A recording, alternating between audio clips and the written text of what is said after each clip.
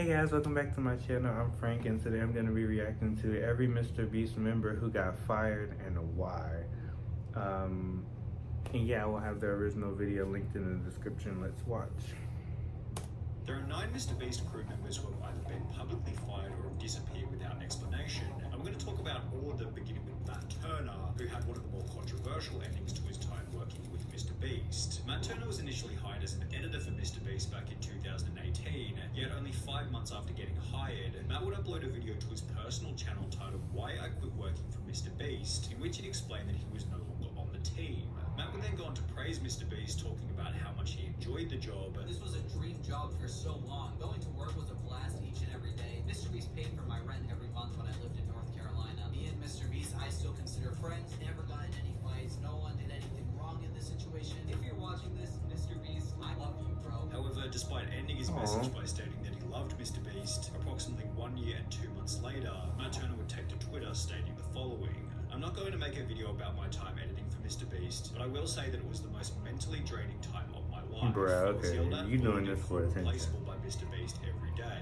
Being in tears and having mental breakdowns day after day is difficult, and after a while it became too much. After every editing mistake I made, I was made to feel like an absolute idiot. So that's a summary of almost every day on the team. That's what it was like to work for MrBeast, and that is why I don't work there now." While Matt might have thought that his MrBeast call-out would command a bunch of respect and sympathy, the opposite of this happened, and everyone instead began to stick up for MrBeast. I think people are jumping to conclusions with this MrBeast stuff. If this editor really was harassed like that, wouldn't he have spoken up sooner? Yeah. He's one of the most famous YouTubers, so it would have been easy to start accusing him. I think the bullying is just over-exaggerated. So basically, MrBeast's editor is a kid who hasn't experienced the real working world, so he throws a tantrum and starts slamming MrBeast with unsupported allegations the moment it gets tough. Kids these days. Bruh, this was 1 year ago, why are you coming at him now? Keemstar would point out the most obvious flaw with Matt's Twitter thread. "I just find it very strange that he's coming out saying all this negative stuff about MrBeast when a year ago, when he actually left, he uploaded a video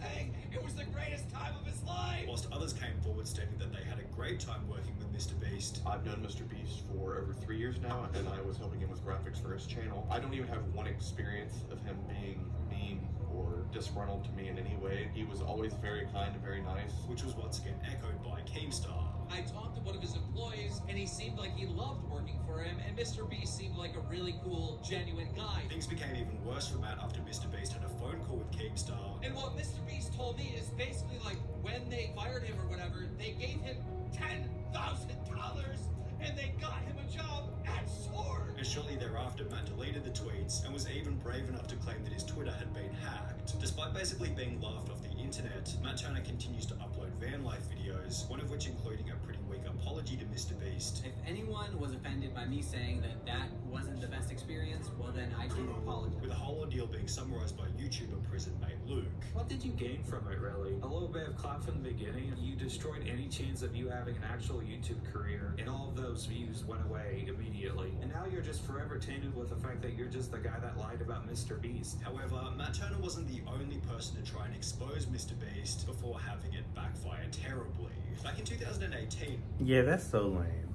That's so lame. First of all, okay, even if he was a bad boss, it is what it is. I mean, let's not act like we don't have bad bosses every day. I just feel like that's really lame because that just shows the type of person you are. You obviously didn't say any of this when you first left, which we probably would have believed you if you would have said it a year and 2 months ago. So I just feel like that's really lame and you were being fake.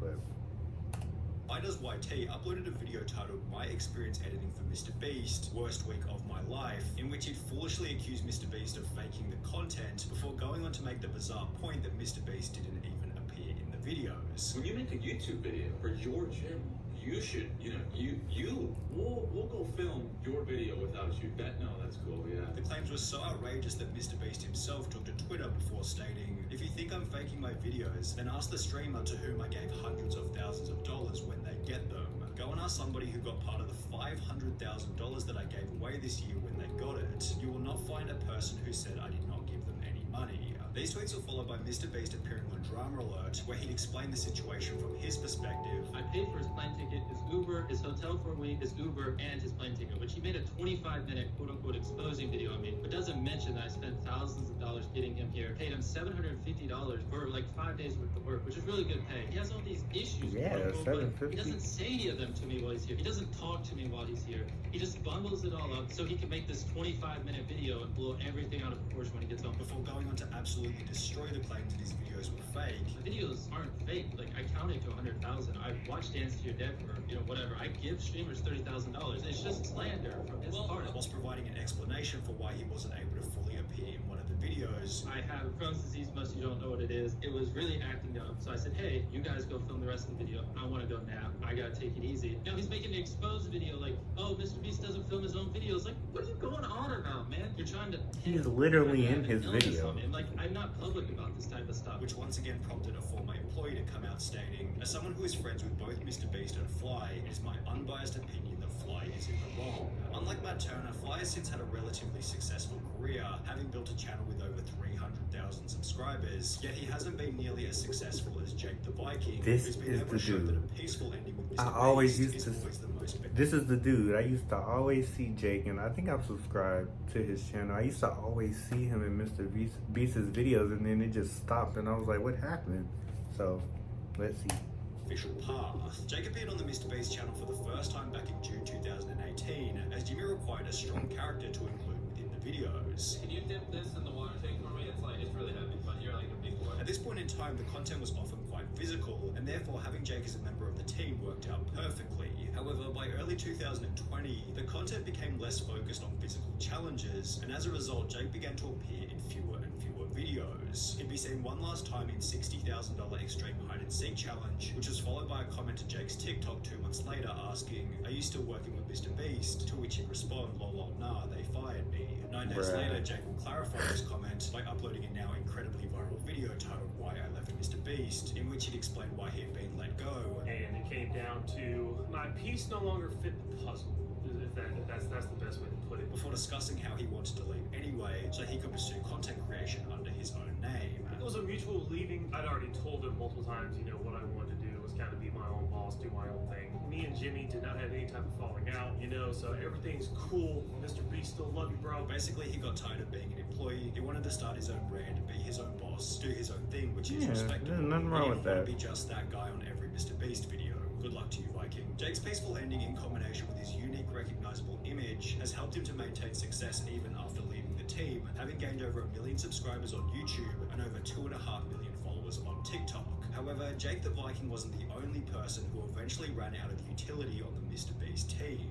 For example, whatever happened to Ty, who was picked up on the side of the road for his first appearance in the world's largest bowl of cereal video? You wanna come sit in a pool of cereal for 10K? And with comments such as, Ty is such a cool guy, he needs to be in more challenges, he was able to return to the channel. And then this is Ty from the serial videos. You guys really liked him, so I'm proud of that. Appearing in a total of 7 different videos before he'd also disappear. Considering Ty was picked up at random on the side of the street, he was never an official member of the MrBeast crew, yet according to the wiki, Ty still works for MrBeast, but works mostly behind the scenes. Ty has since become a father and still maintains an Instagram following of over 28,000 and a TikTok following of over 80,000, on which he uploads music, comedy, and dancing videos. Tyler Conklin was another MrBeast member who disappeared from the videos without any explanation, and his disappearance is probably the most mysterious of them all. Tyler became the second MrBeast crew member after featuring on the channel for the first time in February 2016, when MrBeast had only 18,000 subscribers. From here, Tyler was featured in videos such as We Are Better Than Do Perfect, which was followed by Tyler helping out Jimmy's brother, yet Tyler's final obvious appearance on the MrBeast channel was in I Opened a Restaurant that Pays You to Eat at It, where Jimmy jokingly fired him. Get out of here! He suggested we charge money for the food. What? Get out of here! Go! I don't ever want to hear you guys talk about charging again. While this was obviously just a meme for the video, it actually would become Tyler's final official appearance on the MrBeast channel. Honest question, after you suggested making people pay for the food in the restaurant video and Jimmy kicked you out, you were never in another video again. Did he fire you from being in more videos? Tyler did make a small cameo in Last to Leave the Circle Wins $500,000, as well as the Squid Game video where he apparently featured as one of the guards. And when you combine this information with his Instagram, on which he's often still seen with the crew, it's clear that Tyler hasn't been fired, but is rather working from behind the scenes. Garrett eventually met a similar fate. He was first introduced to the channel back in May 2018 after the team cut his car in half, and from that point onwards he was a semi-regular in the MrBeast videos. In mid-2020, Garrett abandoned the channel to help out MrBeast's brother. However, as Mr. Bro began to upload fewer and fewer videos, Garrett also began to disappear from the internet. According to a reply on his Instagram, Garrett helps with social media stuff now, although he hasn't uploaded a TikTok or Instagram photo with the MrBeast crew in over 2 years, and claims to be studying at the University of Alabama, which is over 2 states away from the MrBeast headquarters in North Carolina. Perhaps Garrett is still working with the crew from a distance, however, it does seem as though their relationship simply ran its course and eventually fizzled out. But what about Jake Weddle? He was another one of these guys who once featured in almost every MrBeast episode before he'd slowly disappear from the channel. Well, only a month after being seen in the I Filled My Brother's House with Slime and Bought Him a New One video, Jake Weddle would upload a piece of content to his personal channel titled Why I Left MrBeast, in which he'd explained that he'd resigned from the team so he could pursue stand-up comedy under his own name. I found myself kind of, losing passion for what I was doing. I'm doing stand-up basically full-time now. Weddle went on to explain that his relationship with MrBeast had ended peacefully. Me and Jimmy actually left on very good terms. I met with Jimmy before I left. He understood where I was coming from. I understood where he was coming from. Which is supported by the fact that Weddle came back about a year later for 2 cameo appearances on the channel. However, there's a different MrBeast member who only managed to feature in 1 video before getting fired, Sneeko. Now, to avoid any unnecessary damage to MrBeast's image here, we need to specify that this was back in 2018, long before Sneeko had the reputation that he has now. Back then, Sneeko's content consisted of deeply meaningful, unbiased videos, which featured a unique editing style more advanced than almost anyone else on the platform. Anybody who was a fan of Sneeko at the time can vouch for how incredible his videos were, and with this in mind, it's really no wonder that MrBeast gave him a shot on the team. Sneeko made his first appearance in the I Built a Working Car Using Only Legos video. However, as explained by another video uploaded to Sneeko's personal channel titled The Most Important Lesson I Learned Working for MrBeast, his employment didn't last for very long. I started working for MrBeast 2 years ago. It didn't last long because I got caught up with my ego, and this was during a time when I wasn't uploading on YouTube at all. Sneeko maintained a level of respect toward MrBeast even after leaving the team. However, the same can't be said for Marcus Pearson, who became the most controversial firing in MrBeast history. When Marcus was first introduced to the channel back in 2019, he quickly became a fan favorite. However, after being featured in the MrBeast Christmas special that very same year, Marcus stopped appearing in any of the videos. 5 months later in May 2020, a fan would ask on Marcus's TikTok, "When are you coming back to MrBeast challenges?" To which he'd respond to ask him, implying that maybe Marcus had been left in the dark about his future involvement on the channel. Approximately 3 months later in August 2020, Marcus was officially removed from the team, although unlike most of the other MrBeast members, Marcus didn't leave peacefully. So I gotta destroy him, bro. So I'm gonna destroy you, bro. I'm gonna destroy you eternally. For a long ass time, you gonna feel this. You gonna He just feel salty, yo. Next day, you ain't gonna forget about this. Marcus would take to Instagram and post a 12-minute story in which he'd make some absolutely delusional claims, such as MrBeast started the pandemic. He started this pandemic for a reason. Marcus was a leader whilst MrBeast was a follower. I was born a leader, and he was born a follower. He was stealing sauce. I was borrowing sauce and paying homage. You feel me? Before going on to state that he thought MrBeast was a broken person for firing him. The only conclusion that I can make is that he's broken. If Bitter was a person.